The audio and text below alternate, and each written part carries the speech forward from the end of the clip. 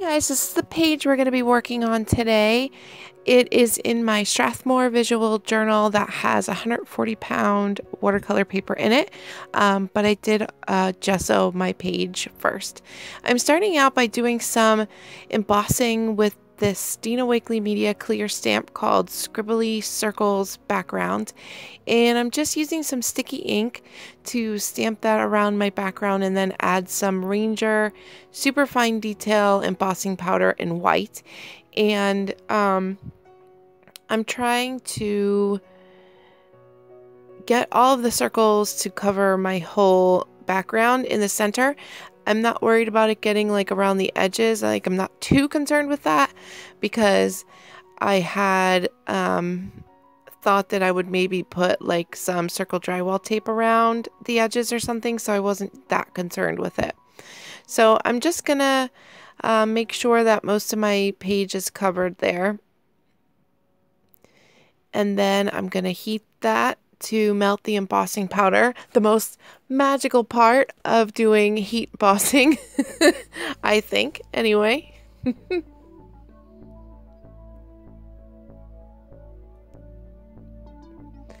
And then once that's all melted, I'm going to go in with some Distress Oxide inks. I have Distress Oxide in Picked Raspberry, Spiced Marmalade, and then I have a regular Distress ink in Abandoned Coral.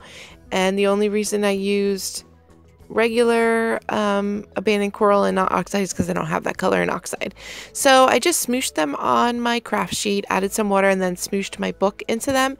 And then I added some extra of that color where it didn't get like on my page. Now I'm going to take this stamp by Dina Wakley Media. It's from the Friends to the End stamp set. And I'm going to stamp it in some black Staz-On ink. And then I'm going to take my Stabilo Marksol black water-soluble pencil and outline some of those scribbly lines, like following the lines from the stamp. And then I'm going to take some of the Scribble sticks, and this is set 1. Actually, I think it's both sets together. I tried to put both sets in one tin so I could use the extra tin for something else, and they didn't quite fit, so I think this might be both of them together. So I just used blushing and then umber for her hair, blushing for her cheeks and umber for her hair, a little bit of turquoise and lapis for her little outfit there, also a little bit of fuchsia, and then a little bit of gray. I really like using gray. This is Elephant, the gray is called. I really like using gray for shadows instead of like a brown or something. I don't know, I just really like it. And then I'm just using my water paintbrush to kind of blend things out a little bit. I'm going to go in a little bit more with the umber color on her hair. And I'm just being really loose with the colors, not completely coloring everything in. And then I'm going to add a little bit of details with my white Uniball gel pen. Just a little bit of details to her eyes. And then I'm going to add some like dots around her dress, her hair. And you'll be able to see the close-up of the dots then. So you can see the dots I added to her hair, around her cheeks. I just think that looks really cute.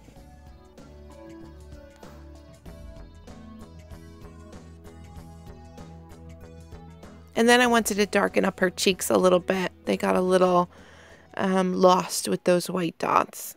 So I just went right over top of the gel pen, and you can still kind of see it through.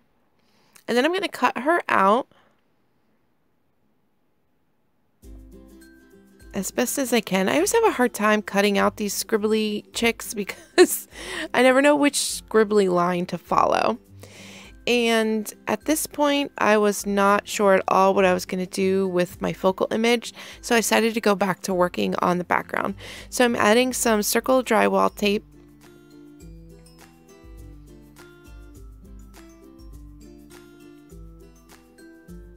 And that's self-adhesive. It has a sticky back to it. So I'm not adding any extra adhesive. And then I have blushing magenta lemon and cheddar and fuchsia in the Dina Wakley Media Acrylics. And I'm just going to go to town with those colors. I tried to pick colors that kind of match the distress inks that I used, because the distress inks are water soluble. So when I put paint over top of them, it will kind of activate that color a little bit. So I didn't want to add any colors that would like make mud or make an unpleasant color when I added the acrylic inks. But honestly, I really had no idea what I was going to do. Like, this was my idea. The scribbly circles background and then the circle drywall tape, and then that was it. I was out. So I just kind of was going around adding some color, trying to let my brain think about where it wanted to go next while I did this. And I'm just applying the color with my fingers and around the edges, covering up that circle drywall tape, trying to leave some of that color from the distress inks in the center.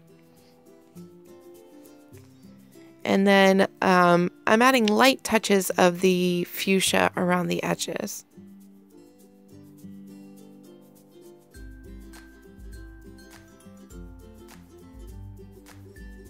And I was not liking it at this point.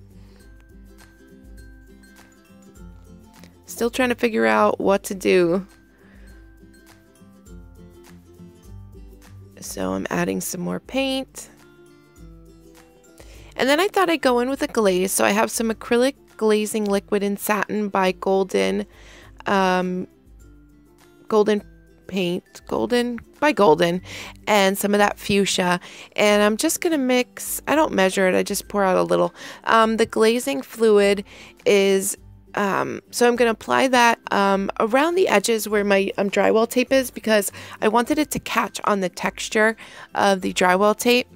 So there was no point in covering the whole thing. So I just let that sit for a little bit, and then I'm going to wipe it back. And the glazing medium allows it keeps it from drying as quickly. It like extends the drying time, and then the paint can get stuck in those cracks and crevices of the drywall tape. So you can kind of see that color there, and you can wipe back as little or as much as you want. And I wasn't quite happy with the darkness. I wanted something a little darker, so I went in with the glaze and the color Night by Dina Wakley to really darken things up on the edges, because there wasn't as much as a contrast as I would have liked with the fuchsia. So I'm going to apply that, let it sit for a little bit, and however long you let it sit depends on how humid or how dry it is where you live. It's kind of just like a trial and error type thing. So I'm going to take a baby wipe and wipe that back. And as you can see, I let it sit probably a little longer than I wanted to, because it was really hard to get the color up. But I work at it and make it happen. But I was a little more happier with the way that looked. And then I just added some water to my leftover paint there and tried to add some splatters. And I didn't get too many, but I got a little. And then I wanted to darken up the edges a little bit more, because I was really feeling the way that looked. So I got some Mars Black Liquitex Basics acrylic paint and a makeup sponge. And I'm just going to sponge it around the edges, bringing it in a little bit. And I like to kind of like hold my makeup sponge like sideways to the page, so that it like catches a little bit on the side of the page, and then I like to bring it in a little bit, like flatten the makeup sponge out and bring it in a little bit, if that makes sense. And I love using the cheapy makeup sponges from the dollar store, because it doesn't matter how many you use or go through. So now once that's dry, I'm gonna take some Ranger, oh my god, I just saw it on the screen. Ranger texture paste, that's what it's called, and this Tim Holtz speckled stencil. And I'm going to use my palette knife to apply that texture paste through the stencil, and I'm going to try to concentrate it on my edges. And I've done this technique before, where I put stenciling over top of the circle drywall tape and then add some more color on top of it, and I really like the way that looks. So when all else fails, just do what you know, right? So I have some acetate, and I'm going to stamp the other stamp from the Scribbly Circles background stamp set, and I'm using some Staz-On Ink.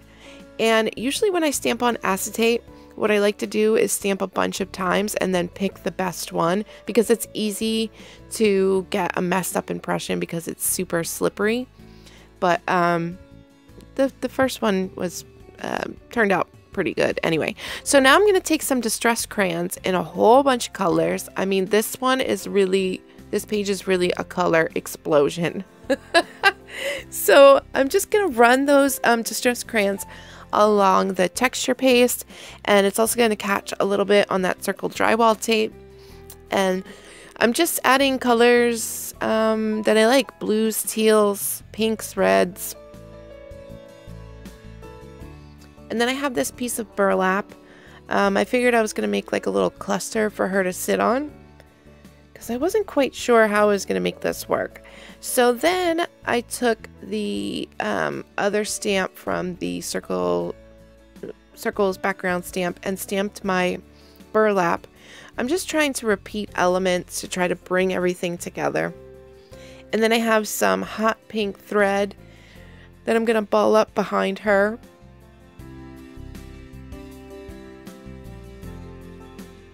And then I'm going to put a little bit behind my whole cluster there, and you can kind of see it through the acetate, which I think is pretty cool. I'm going to stick her down with some clear tacky glue.